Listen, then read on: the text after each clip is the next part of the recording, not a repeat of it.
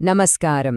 మన చుట్టూ చూస్తే కొన్నిసార్లు అనిపిస్తుంది, మన వీధిలో చెత్త, దగ్గర్లోని ఫ్యాక్టరీ నుంచి వచ్చే పొగ, లేదా కలుషితమవుతున్న వాగులు, వీటన్నిటినీ చూసి మనం ఏమీ చెయ్యలేమనిపిస్తుంది.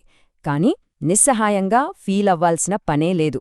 ఎందుకంటే ఒక పౌరులుగా మన చేతిలో చాలా శక్తి ఉంది. ఈరోజు ఆ శక్తిని ఎలా ఉపయోగించాలో స్టెప్ బై స్టెప్ తెలుసుకుందాం. ఈరోజు మనం ఒక 5 ముఖ్యమైన విషయాల గురించి మాట్లాడుకుందాం. ముందుగా మన ప్రాథమిక హక్కు ఏంటి, తర్వాత మన చేతిలో ఉన్న లీగల్ టూల్స్ ఏవి, వాటిని మన ఏరియాలో ఎలా వాడుకోవచ్చు, న్యాయం కోసం మనం ఎక్కడికి వెళ్ళాలి, చివరగా యాక్షన్ తీసుకోవడానికుండా ఆ 3 దారులు ఏంటో క్లియర్గా చూద్దాం. సరే, మరి మొదలు పెడదామా? అన్నింటికంటే ముందు ఒక చాలా ముఖ్యమైన విషయం మనం గుర్తుంచుకోవాలి. భారతదేశంలో మంచి గాలి పీల్చడం, శుభ్రమైన నీళ్లు తాగడమనేది కేవలం ఒక కోరిక కాదు, అది మన రాజ్యాంగం మనకిచ్చిన ప్రాథమిక హక్కు. ఈ ఒక్క పాయింటే అన్నింటికీ పునాది. ఈ వాక్యం ఎంత పవర్ఫుల్లో చూడండి. ఆర్టికల్ 21 అంటే జీవించే హక్కు.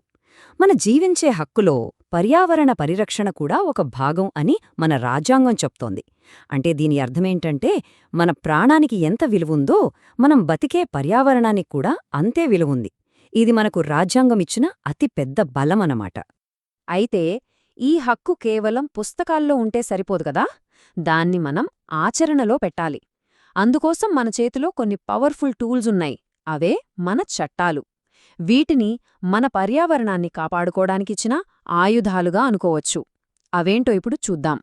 ఇది మన లీగల్ టూల్ కిట్ అనుకోండి.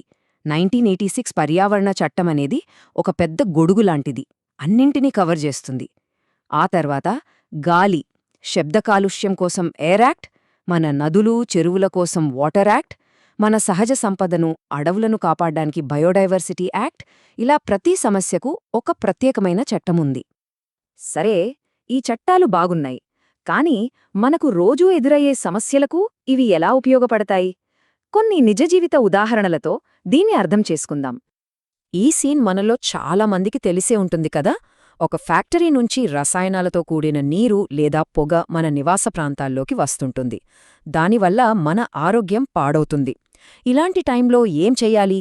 మనం నిస్సహాయులుగా ఉండిపోవాలా? అస్సలు కాదు. ఎందుకంటే చట్టం మనకు ఒక పవర్ఫుల్ ప్రిన్సిపల్ ఇచ్చింది. ఇక్కడే వస్తుంది పొల్యూటర్ పేస్ ప్రిన్సిపల్, అంటే కాలుష్యకారుడే చెల్లించాలి అనే సూత్రం. ఇది చాలా సింపుల్. ఎవరైతే పర్యావరణాన్ని పాడు చేస్తున్నారో వాళ్లే దాన్ని బాగుచేయాలి. దానివల్ల నష్టపోయిన వాళ్లకు పరిహారం కూడా ఇవ్వాలి. ఇది కంపెనీలకు బాధ్యతను గుర్తుచేసే ఒక బలమైన నియమం. సరే, ఇప్పుడు ఇంకో సిచ్యువేషన్ చూద్దాం. మన ఏరియాలో ఒక పెద్ద ఫ్యాక్టరీనో హైవేనో కట్టబోతున్నారని తెలిసింది. చాలామంది ఏమనుకుంటారంటే, పెద్ద పెద్ద ప్రాజెక్టుల ముందు మన మాటకు విలువుండదు అని. కానీ అక్కడే మనం పప్పులో కాలేస్తాం. ఎందుకంటే చట్టం మనకు ఒక అద్భుతమైన అవకాశమిచ్చింది. అదే పబ్లిక్ హియరింగ్ లేదా ప్రజాభిప్రాయ సేకరణ. ఏ పెద్ద ప్రాజెక్టైనా మొదలుపెట్టే ముందు స్థానిక ప్రజల అభిప్రాయం తీసుకోవడం తప్పనిసరి.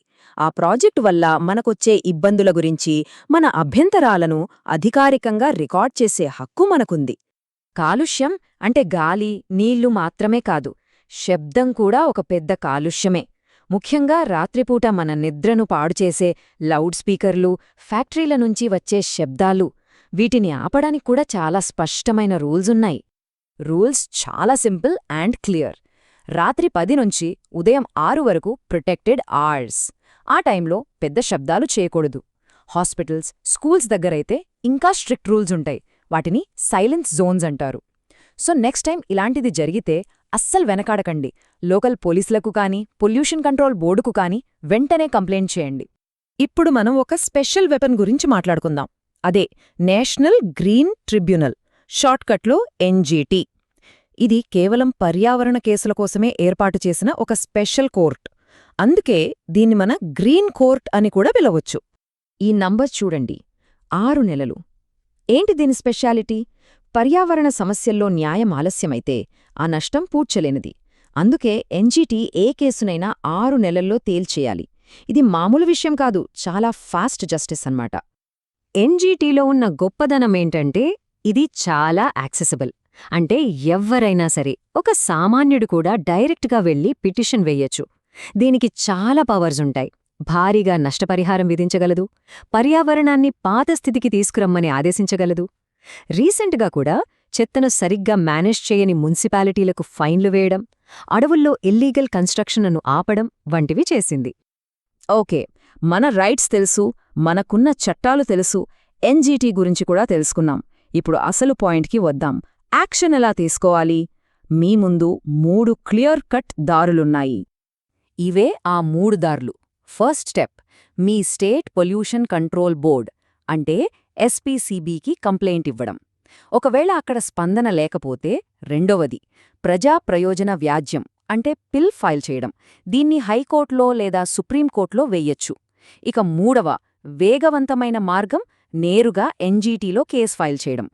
ఇంకో విషయం, ఈ మార్గాలన్నీ కేవలం ఒక్కరికోసం కాదు, ఒక ఊరు మొత్తం, ఒక ఏరియా మొత్తం కలిసి పోరాడొచ్చు. ఉదాహరణకు, ఒక ప్రాంతంలో భూగర్భ జలాలు కలుషితమైతే బాధితులందరూ కలిసి ఒకే కేసుగా ఫైల్ చేయవచ్చు. దీన్నే క్లాస్ యాక్షన్ సూట్ అంటారు. చూశారు కదా, చట్టం మనకు ఎంత పవర్ ఇచ్చిందో. సో ఇప్పటినుంచి మన చుట్టూ ఏదైనా పర్యావరణ సమస్య కనిపిస్తే చూస్తూ ఊరుకోవద్దు. సమాచారం మన దగ్గర ఉంది, దారులు మనకు తెలుసు. ఇప్పుడు ఆలోచించాల్సిన ప్రశ్న ఒక్కటే, మన చుట్టూ ఉన్న పర్యావరణాన్ని కాపాడటానికి, మన హక్కును వాడుకోవటానికి మనం రెడీగా ఉన్నామా?